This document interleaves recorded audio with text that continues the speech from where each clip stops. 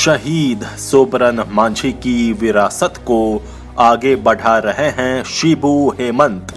सादगी, संस्कार और परंपरा देखनी है तो नेमरा चाहिए। नमस्कार, आजाद सिपाही विशेष में आपका स्वागत है। मैं हूं राकेश सिंह।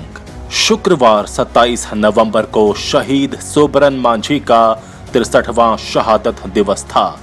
सूदखोरों के खिलाफ पहली बार बिगुल फूंकने वाले रामगढ़ जिले के नेमरा गांव निवासी सोबरन मांझी को याद करने के लिए उनके पुत्र दिशोम गुरु शिबू सोरेन और पौत्र मुख्यमंत्री हेमंत सोरेन अपने पैतृक गांव पहुंचे।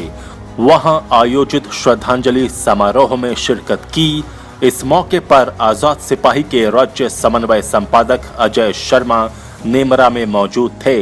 उन्होंने सोरेन परिवार के पैतृक घर में भी समय बिताया। पेश है उनकी खास रिपोर्ट।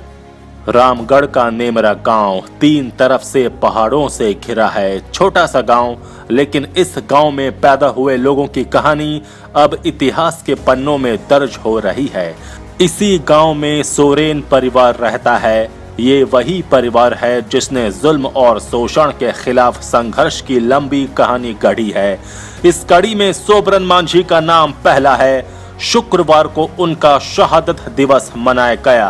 महाजनी प्रथा के खिलाफ सोबरन ने ही पहला बिगुल फूंका था, जिसे उनके पुत्र शिव चरण मांझी शिबू सोरेन का पुराना नाम ने आगे बढ़ाया।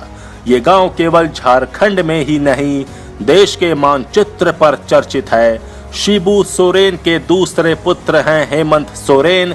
अभी वो झारखंड के मुख्यमंत्री हैं। शुक्रवार को शहीद सोबरन मांझी के शहादत दिवस पर आयोजित समारोह के दौरान नेमरा गांव का माहौल भावुक था।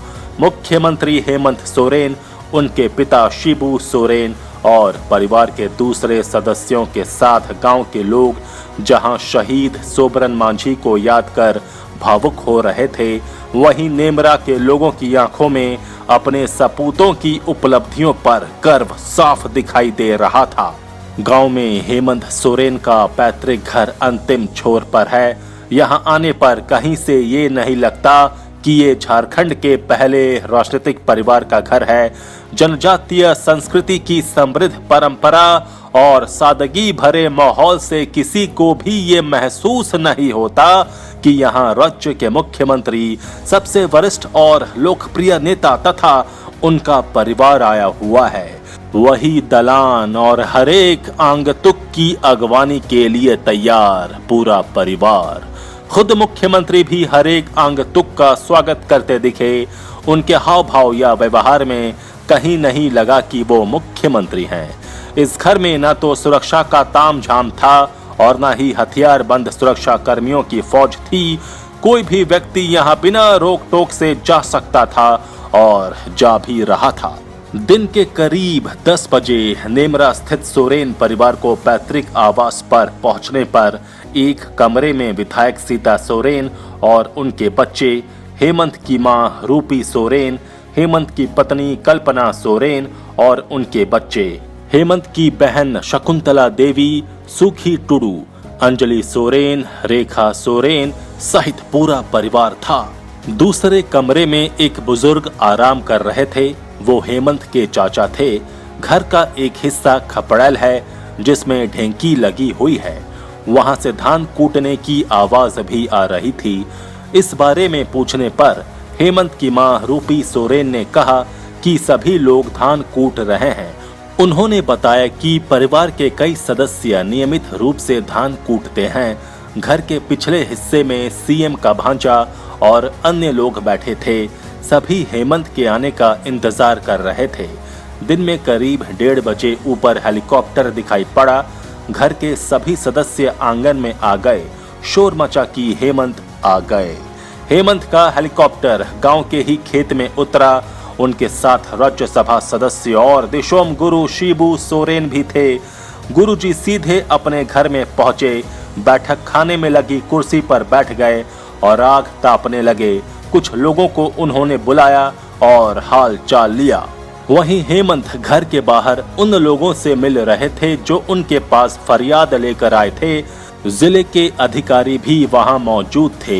करीब 1 घंटे बाद हेमंत घर के अंदर पहुंचे। परिवार के एक सदस्य से मिले, उनका हाल चाल जाना और फिर घर के पिछले हिस्से में गए। वहां बैठे लोगों से भी उन्होंने मुलाकात की।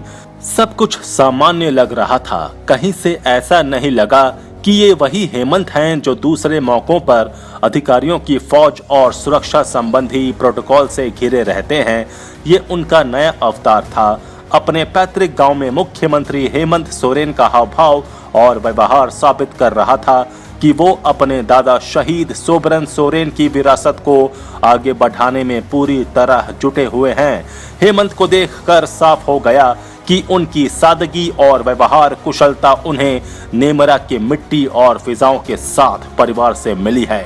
सूदखोरों के खिलाफ बिगुल फूंका था सोबरन मांझी ने। मुख्यमंत्री हेमंत सोरेन के दादा सोबरन मांझी को उनके 63वें शहादत दिवस पर पूरे राज्य ने याद किया। गांधीवादी विचारधारा के सोबरन मांझी की शहादत कोई मामूली घटना नहीं थी। ये घटना 63 साल पुरानी है, लेकिन इसी घटना के प्रतिरोध में खड़े हुए सोबरन मांझी के पुत्र शिबू सोरेन कालांतर में एक नायक के तौर पर उभरे और अन्याय और शोषण के खिलाफ संघर्ष के प्रतीक पुरुष बन गए। पिता सोबरन मांझी की शहादत के बाद शिबू सोरेन के मन में विद्रोह के जो बीज उपजे, उसी का नतीजा रहा कि पूरे इलाके से सूदखोरी प्रथा का अंततः खात्मा हो गया। सोबरन मांझी पेशे से गांव के शिक्षक और गांधी के प्रभावित कांग्रेसी विचारधारा के थे। उन्होंने महाजनी शोषण और गांव में शराबबंदी के खिलाफ आवाज उठाई। तब पूरे इलाके में महाजनों का ही राज था। महाजनों को अपने विरोध में उठी ये आवाज नागवार गुजरी तो उन्होंने सोबरन मांझी की हत्या करवा दी। वो तारीख थी 27 नवंबर 1957। जिस वक्त सोबरन मांझी की हत्या हुई वो अपने गांव नेमरा से गोला हाई स्कूल जा रहे थे। असल में उनके बेटे शिबू सोरेन इसी स्कूल के हॉस्टल में रहकर पढ़ाई कर रहे थे। सोबरन मांझी उनके लिए एक बोरी में चावल लेकर जा रहे थे। इस हत्याकांड ने किशोर शिबू सोरेन के मन पर गहरा असर डाला। उनकी मां सोनामणि कई साल तक हजारीबाग कोर्ट के चक्कर लगाती रहीं ताकि वो अपने पति के हत्यारों को सजा दिला सकें, लेकिन पुलिस और अदालत की चौखट पर चक्कर लगाते हुए उनका हौसला टूट गया। मां सोनामणि के साथ शिबू सोरेन भी रहते। आखिरकार थक हार कर उन्होंने तय किया कि वो महाजनी प्रथा के खिलाफ संघर्ष करेंगे और शोषण दमन के इस दुष्चक्र का खात्मा करेंगे। शिबू सोरेन पढ़ाई छोड़ जंगल में लकड़ी काटने जाते। उसी दौरान इलाके में सक्रिय कम्युनिस्ट नेता मंजूर हसन की निगाह शिबू सोरेन पर पड़ी। शिबू सोरेन के संघर्ष को उन्होंने दिशा दी। उनके साथ रहकर उनमें राजनीतिक चेतना भी पैदा हुई। शिबू सोरेन ने गांव के लोगों को एकजुट किया और महाजनों के खिलाफ धनकटनी आंदोलन शुरू कर दिया। महाजनों और सूदखोरों ने आदिवासियों की जिन जमीनों पर गलत तरीके से कब्जा कर रखा था, उसकी फसल एकजुट होकर काटी जाने लगी। इस आंदोलन की अगुवाई करते शिबू सोरेन के नाम का खौफ ऐसा था कि सूदखोरों महाजनों की रूह कांपने लगी। बाद में शिबू सोरेन का संघर्ष व्यापक होता गया। वे संथालों के नायक बनकर उभरे। उन्हें पूरे समुदाय का गुरु माना गया। शिबू सोरेन के दिशोम गुरु बनने की कहानी के पीछे सोबरन मांझी की शहादत ही है।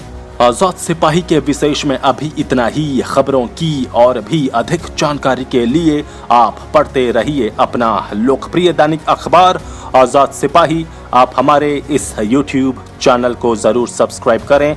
आप हमारे Facebook पेज को भी जरूर लाइक करें। जुड़े रहिए आजाद सिपाही के साथ। धन्यवाद।